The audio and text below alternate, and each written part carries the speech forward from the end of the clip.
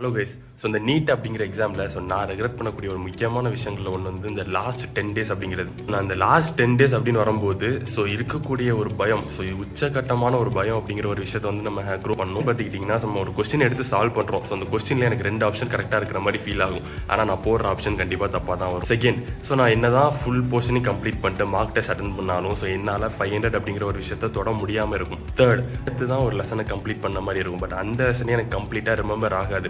அந்த டாப்பிக்கை நான் யோசிச்சு பார்த்தேன் அப்படின்னா நேற்று தாண்டா படித்தோம், அதுக்குள்ளே எல்லாமே மறந்த மாதிரி இருக்கே அப்படின்னு தோணும். நேற்று படித்ததே எனக்கு ஞாபகம் இல்லையே. ஒரு 10 நாள் 20 நாளுக்கு முன்னாடி படித்தது எப்படிடா ஞாபகம் இருக்கும், இன்னும் 10 நாள் தாண்டா இருக்கு அப்படின்னு யோசிச்சு பார்த்தாலே அந்த உச்சக்கட்டமான ஒரு பயம் இருக்கும். ஆனால் இந்த பயத்தை நீங்கள் மட்டும் க்ரோ த்ரூ பண்ண போகிறது இல்லை. உங்களை மாதிரியே பல நீட் ஆஸ்பிரண்ட்ஸ் க்ரோ த்ரூ பண்ண போகிறாங்க. ஏன் நீட் கிளியர் பண்ணி ஒரு கவர்மெண்ட் மெடிக்கல் காலேஜில் சீட் எடுத்துருக்கக்கூடிய ஒரு ஸ்டூடெண்ட் 100% இதை கோ த்ரூ பண்ணி தான் வந்திருப்பாங்க. சரி, கோ த்ரூ பண்ணுன்னு சொல்லிட்டு இதெல்லாம் எப்படா தாண்டி நீங்கள் உள்ளே வந்தீங்க அப்படின்னு கேட்டிங்கன்னா அதுக்கு தான் அந்த லாஸ்ட் 10 days ப்ராப்பராக யூட்டிலைஸ் பண்ணணும். பிரச்சனை இருக்குன்னு 10 நாள் யோசிச்சுட்டே உட்காந்தோம்னா மொத்தமாக முடிஞ்சிடும். அதுக்கு பதில் இந்த பிரச்சனையை சால்வ் பண்ணுறதுக்கு ஒரு ஸ்டெப் எடுத்து வச்சோம் அப்படின்னா அட்லீஸ்ட் ஏதோ ஒன்று நம்ம வந்து பண்ணலாம். ஓகே, இப்போ 2 ஆப்ஷன் எனக்கு கரெக்டாக இருக்கிற மாதிரி இருக்குது. ஆனால் நான் போடுறது தப்பாகுது. ஏன் தப்பாகுது? ஏன்னா நீங்கள் கான்செப்சுவலாக திரும்ப அந்த லெசனை எடுத்து படிச்சிருப்பீங்க. But maximum number of question solve பண்ணலை. எப்போவுமே ஒரு எம்சிக்யூ ஃபார்மேட் ஆஃப் எக்ஸாம்னு வரும்போது அதுக்கு கொஸ்டின் சால்வ் பண்ணிங்கன்னா மட்டும்தான் உங்களால் அந்த எம்சிக்யூ பார்ட் ஆஃப் எக்ஸாமை வந்து கிளியர் பண்ண முடியும். திரும்ப நீங்கள் கான்செப்ட் படித்து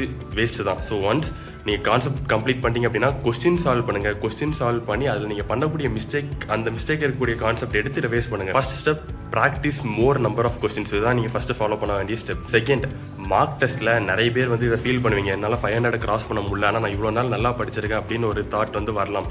இப்போ நான் என்ன பண்ணுறது அப்படின்னு கேட்டிங்கன்னா இந்த லாஸ்ட் 10 days மார்க் டெஸ்ட்டே நீங்கள் போடுங்க. இல்லைனா ஒரு ப்ரீவியஸ் இயர் கொஸ்டின் எடுத்து சால்வ் பண்ணுங்கள்.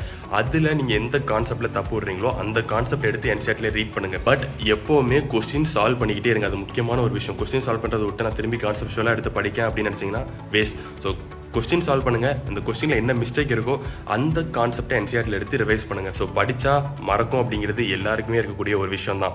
பட் ஒன்ஸ் நீங்கள் எக்ஸாம் ஹால்குள்ளே போய் உட்காந்து அந்த கொஸ்டினை ரீட் பண்ணுறீங்க அப்படின்னா உங்களுக்கு கண்டிப்பாக அது ஞாபகம் வரும். அண்ட் எந்த விஷயம் உங்களுக்கு ஃபஸ்ட்டு தோணுதோ அதுதான் மோஸ்ட் ப்ராபப்ளி கரெக்டாக இருக்கும். அதை ரொம்ப நீங்கள் யோசிக்கிட்டே இருந்தீங்கன்னா நீங்கள் வந்து கன்ஃபியூஸ் ஆக சான்ஸ் இருக்குது. இன்னும் 10 நாள் தான் இருக்குது. இந்த 10 நாளை நீங்கள் ப்ராப்பராக யூட்டிலைஸ் பண்ணிங்கன்னா ஒயிட் கோட் போட்டு ஸ்டெத்தோஸ்கோப் மாட்டிட்டு ஒரு கவர்மெண்ட் மெடிக்கல் காலேஜில் ஒரு டாக்டராக நீங்கள் வந்து நிற்க போகிறீங்க அப்படிங்கிற ஒரு விஷயத்தை பேக் ஆஃப் த மைண்டில் வச்சுட்டு இந்த 10 days ப்ராப்பராக யூட்டிலைஸ் பண்ணுங்கள்.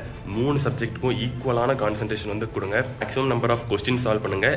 என்சிஆர்டியை வச்சு ரிவைஸ் பண்ணுங்கள், முக்கியமான ஒரு விஷயம். அண்ட் புதுசாக ஒரு கான்செப்ட்குள்ளே வந்து மூவ் ஆன் ஆகணும் அப்படின்னு நினைக்காதீங்க. அண்ட் ஐ நோ நீங்கள் எல்லாரும் மேக்ஸிமம் உங்களோட எஃபெக்ட் வந்து போட்டிருப்பீங்க. இந்த 10 நாளும் நீங்கள் மேக்ஸிமம் எஃபெக்ட் வந்து போட போகிறீங்க. அண்ட் கண்டிப்பாக அதுக்கான ரிசல்ட் அப்படிங்கிற ஒரு விஷயம் உங்களுக்கு கண்டிப்பாக கிடைக்கும். Utilise these 10 days wisely and 100% நீங்கள் கவர்மெண்ட் மெடிக்கல் காலேஜுக்கு போவீங்க. All the best. அண்ட் எப்படி எக்ஸாம் எழுதணும் அப்படிங்கிற ஸ்ட்ராட்டஜிஸ் நான் வந்து அப்லோட் பண்ணுறேன். வேறு ஏதாவது தெரிஞ்சுக்கணும் அப்படின்னு நினச்சிங்கன்னா மறக்காம நம்ம சேனலில் கமெண்ட் பண்ணுங்கள். இந்த வீடியோ லைக் பண்ணுங்கள், நம்ம சேனலை சப்ஸ்கிரைப் பண்ணுங்கள். தேங்க்யூ.